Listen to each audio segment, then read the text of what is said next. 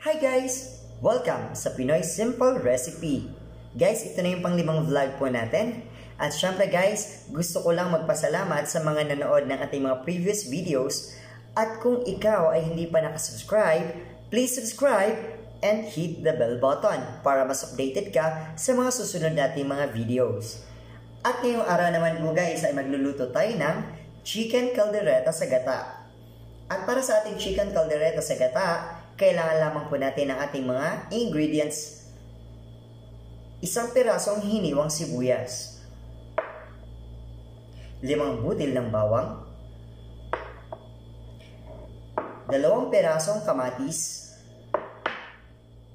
3 kutsarang peanut butter, 1 lata ng gata or mga 2 cups guys ng gata. Pwedeng, kung gusto nyo guys, yung fresh, mas masarap yon. Pero kung hindi available sa place niyo, pwede na yung mga in-can.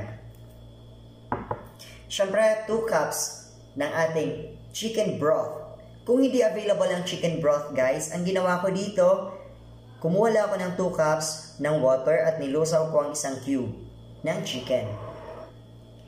And of course, 8 ounce or 250 ml guys ng tomato sauce.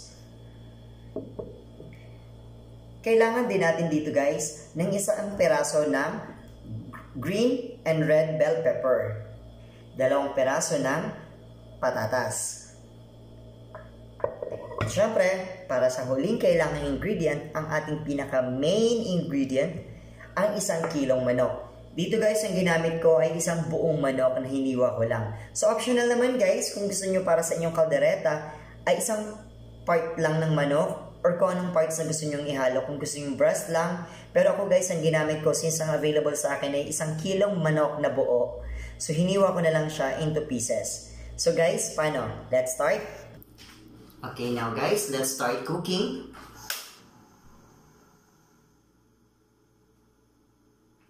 And of course, kailangan lang natin dito guys maglagay ng ating mga around 3 tablespoon or 3 kutsara ng mantika. Pang-isa. Okay.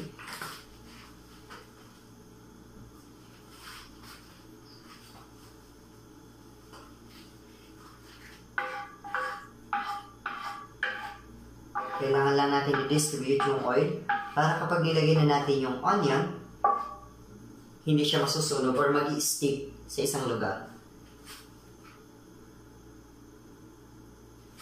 And now, mainit na po guys ang ating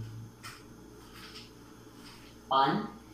Kailangan na po natin i-add ang ating onion.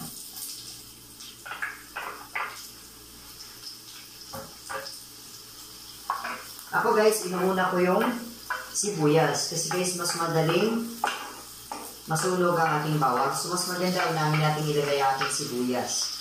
Tapos kapag medyo lumambot na ang sibuyas, saka natin ilalagay ang ating bawang.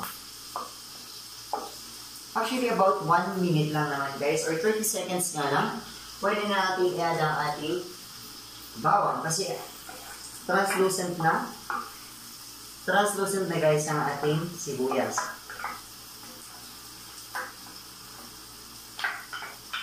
Add natin ang ating bawang.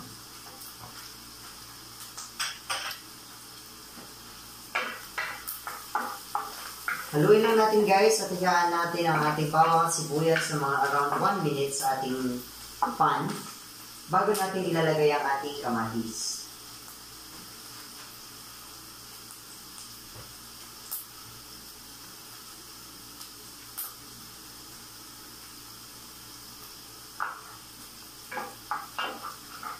Yan guys, lumambot ang ating sibuyas at bawang. Lagyan na natin ang ating kamatis. Sa kamatis guys, optional kung gusto nyo tanggalan ng seeds. Ako guys, hindi ko na tinatanggal yung seeds. Sinasama ko na siya sa pagluto.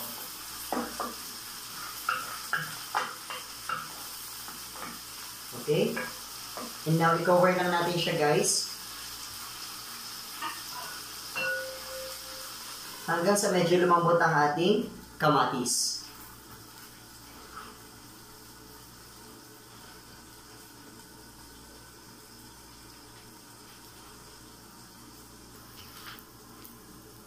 Okay, now guys, i-check natin ang ating kamatis. So ayan, medyo lumamot na. Pwede na natin ilagay ang ating manok.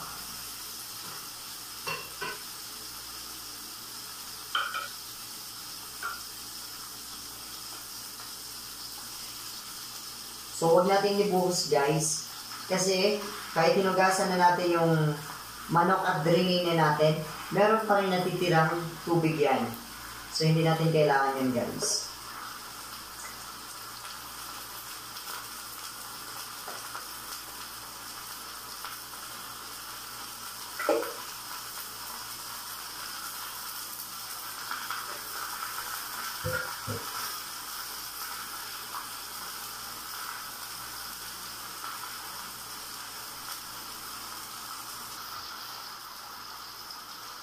Okay, now, haluin natin, guys. Medyo haluin lang natin ng konti.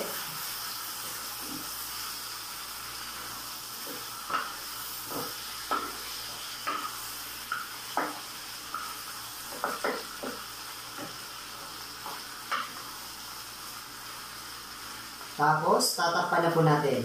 Guys, mas gusto ko kasi medyo naluluto muna ng konti yung manok sa sarili niyang katas at sa katas ng ating kamatis. So, cover natin and balikan natin after mga 5 minutes, guys. Now, guys, tingnan natin kung anong nangyari na sa ating manok. So, yun guys, kumatas na siya. Pero parang gusto ko pa siya, guys, na hayaan for around 5 minutes pa ulit. So, total of 10 minutes, guys, no? Parang gusto ko kasi guys, bago natin ilagay ang ating mga ibang sangkap, kagaya ng ating tomato sauce at ang ating chicken broth, gusto ko bago natin ilagay yun, medyo luto na siya guys.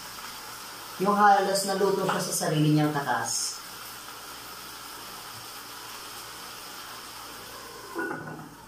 So, another 5 minutes guys. Okay. So, tapos na another 5 minutes, guys. Pwede na natin i-check. And wow, ang ganda. Ang ganda, guys, oh. Wala nang pula-pula yung laman ng manok. So, mas maganda siya, guys, kasi mas na-absorb niya yung lasa ng kamatis, sibuyas at bawang. Now, guys, ilalagay na po natin ang ating tomato sauce.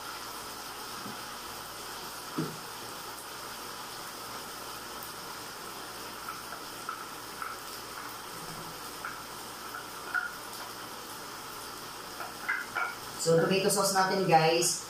Yung 8 ounce, guys, may nabibili naman yan na per pack o tetra pack sa mga supermarket. Or kung wala naman kayong mabibiling ganon at gusto nyo, guys, na matansya kung gaano karami, mga around 240-250 ml na tomato sauce. Yun yung quantity, guys, ng 8 ounce. Kasi minsan, guys, diba, pag bumibili tayo sa supermarket, let's say, gusto natin yung maramihan na kasi kung lagi naman tayo nagluluto sa mga bahay. So, mas maganda guys, mas nakakatipid kayo sa ganon. Kaya, yun ang suggestion ko. Kung nakabili naman kayo ng mas marami na guys, and syempre hindi nyo alam kung gaano karami ang 8 ounce, mga 240-250 ml guys. Approximately. Okay?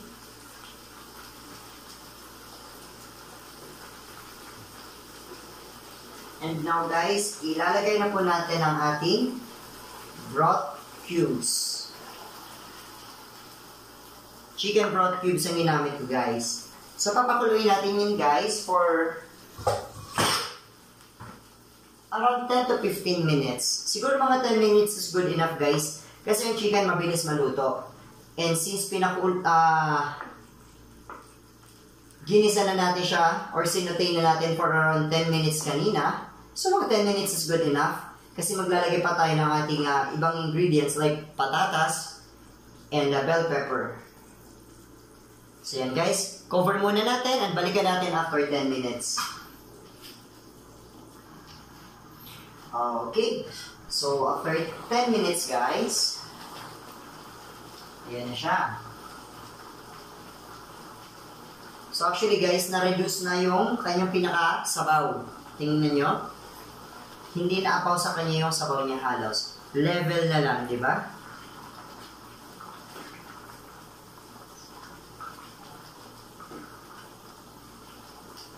So kung gusto nyo guys na mas konti yung sabaw ng inyong caldereta, pwede nyo naman hayaan pa guys na mas mag-reduce pa yung sabaw.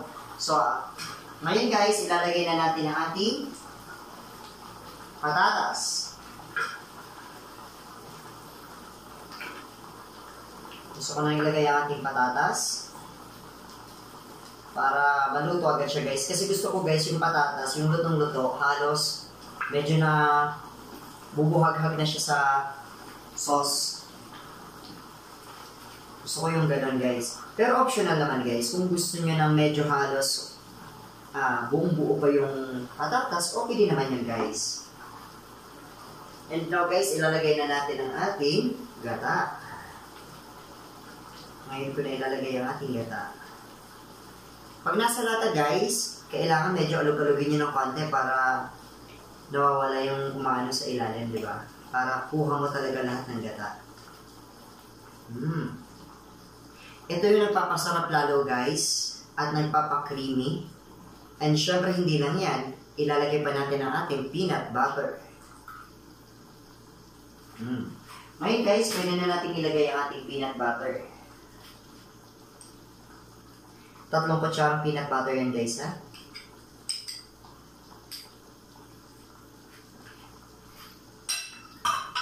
Hahayaan natin siyang malusaw sa pinaka-sabaw natin. So, tingin ko guys, pag tinakpan pa natin to medyo aapaw na naman. So, hayaan na lang muna natin. Papakuloyin lang natin to guys after 5 minutes. Ilalagay na natin ang ating bell pepper and another 5 minutes. Luto na siya. Okay? Or kung gusto nyo naman na mas nanonood yung lasa ng bell pepper sa pinakasabaw or pinaka-sauce, pwede nyo naman guys hanggang 10 minutes. Pero ako gusto ko medyo crunchy pa ng konti yung bell pepper or hindi siya yung nalulusaw sa sabaw. So depende sa inyo guys, no?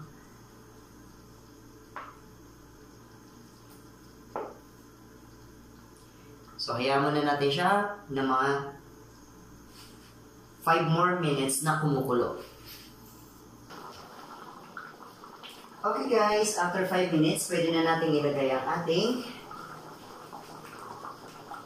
bell pepper. Siyempre, kamay ko na guys, malinis ang kamay ko. Nagugas po ako. So safe. No worries guys. Ayan. And mix na lang natin. Hindi ko na siya na-cover guys kasi pag kinover ko, alam kong mag-spill siya or aapaw. So, yan, ganyan lang natin siya guys. At hayaan lang natin siya for another 5 to 10 minutes. Depende sa inyo guys. Pero itong manok guys, sure na luto na. So, kung gusto nyo lang na mas lasang-lasa nyo yung bell pepper, at least mga 10 minutes siguro. Pero sa akin, 5 minutes lang guys, gusto ko. Kasi ayoko naman na overcook ang bell pepper. So yan guys, siguro hayaan muna natin kumukulo siya for 5 minutes. Sa medium fire lang guys ha.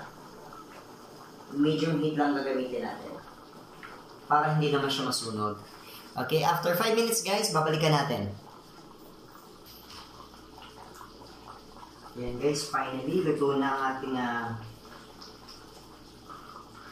chicken caldereta sa gata. Ayan. Sarap guys. Amoy na mo yung peanut butter guys. Kita nyo yung lapot. Kagandahan ng paglagay ng peanut butter, siya yung nagpapalapot guys. Hindi nyo kailangan ng kahit na anong pampalapot, mga cornstarch or anything. Hindi na kailangan yun guys. amoy na amoy mo yung masarap na aroma ng peanut butter. Siyempre guys, titingnan muna natin. And of course, gusto ko laman guys. Ayan. Lagyan natin ng konting sabaw. Bell pepper at isang peraso ng patatas. Ayun guys, tikiman time tayo. So ito yung kinuha ko. Napakabagong guys. Amoy na amoy mo talaga yung peanut butter. Tingnan nyo yung lapat guys. Tikman muna natin yung sauce.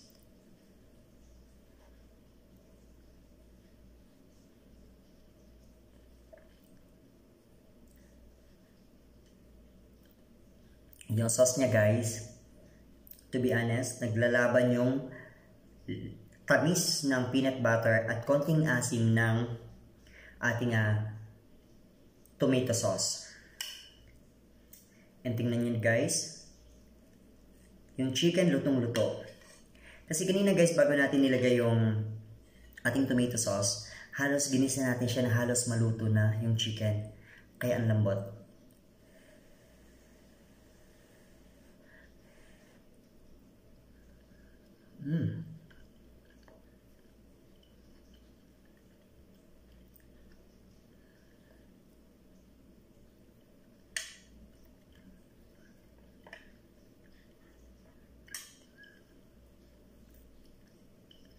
So maganda guys kasi dahil maliit yung hiwa natin ng manok, mas noot talaga sa laman yung lasa.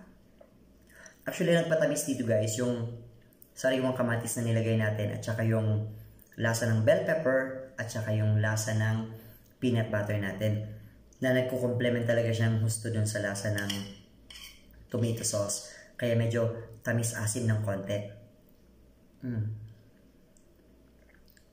Sarap. Tikman natin yung patatas guys. Nauna natin nilagay itong patatas kanina.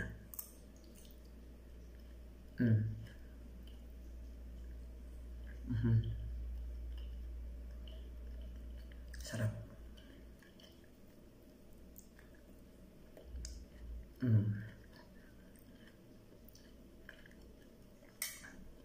Yun yung sinasabi ko guys. Kung mga 5 minutes nyo lang nilagay yung bell pepper, mas gusto ko kasi medyo crunchy ng konti. Pero kung gusto nyo yung lutong-luto siya na sobrang lambot ng bell pepper, mga 10 minutes siguro.